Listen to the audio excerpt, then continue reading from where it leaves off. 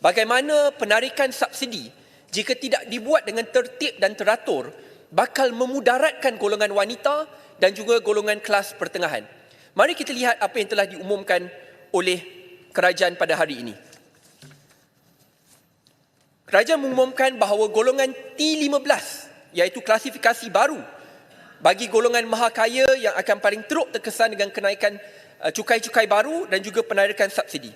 Kalau kita lihat definisi rasmi kerajaan, iaitu daripada Jabatan Statistik Malaysia, T15 adalah keluarga yang purata pendapatan isi rumah merupakan RM12,000. Isi rumah ini bukan seorang Tuan Yang di-Pertua. Isi rumah secara amnya mengambil kira 3.8 individu dalam rumah tersebut.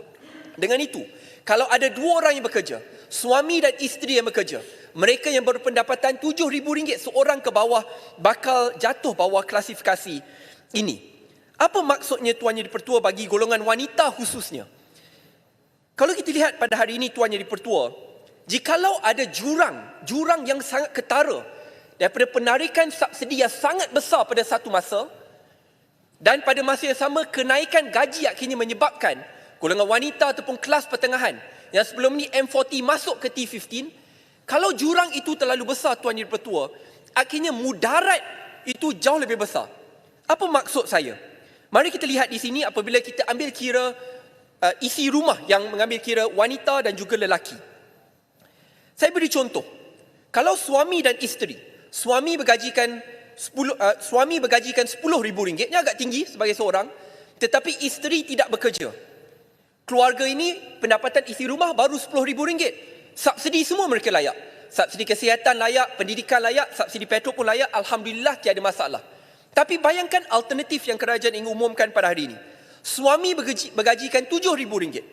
Isteri hanya bergajikan RM6,000. Melangkaui total pendapatan isi rumah, melangkaui nilai ambang masuk ke T15. Ketiga-tiga subsidi tak dapat. Subsidi petrol tak dapat, pendidikan tidak dapat, kesihatan tidak dapat. Dengan itu, implikasi atau dalam English there's a term is called moral hazard.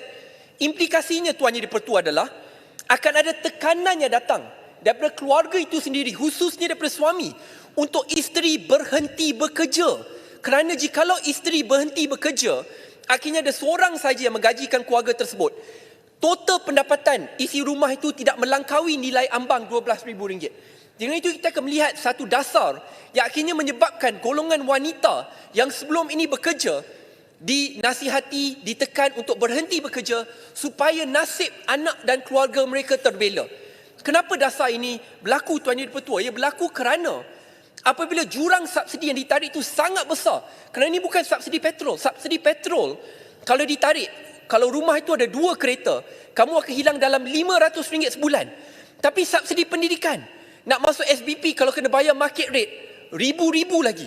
Masuk ke universiti, saya ingat bila saya dapat surat tawaran masuk ke UIA, RM80,000, tetapi kerajaan subsidikan RM70,000. Bayangkan RM70,000 subsidi, golongan ini akan hilang. Subsidi kesihatan, puluhan ribu lagi. Nak kalau keluarga ini ada masalah kesihatan yang serius. Maksudnya Tuan Yang di-Pertua, lebih baik saya tak nak guna saya lah, tapi bayangkan keluarga lain, minta maaf, keluarga lain. Kalau isteri, lebih baik tak apalah isteri duduk di rumah, kerana kalau kita hilang pendapatan sedikit, tapi anak kita dapat subsidi sekolah, dapat subsidi universiti puluhan ribu, dapat subsidi kesihatan puluhan, mungkin ratusan ribu kalau ada masalah yang lebih kronik, dapat subsidi petrol RM500 sebulan kalau setahun tinggi. Bayangkan Tuan Yang di-Pertua, akhirnya akan ada moral hazard kalau dasar ini diteruskan, kalau kita tak ambil kira isu pendapatan isi rumah yang melibatkan golongan suami dan isteri secara kolektif bersama. So sebab itu Tuan Yang di-Pertua, saya rasa wanita yang bekerja akan paling teruk terkesan jikalau dasar ini diteruskan.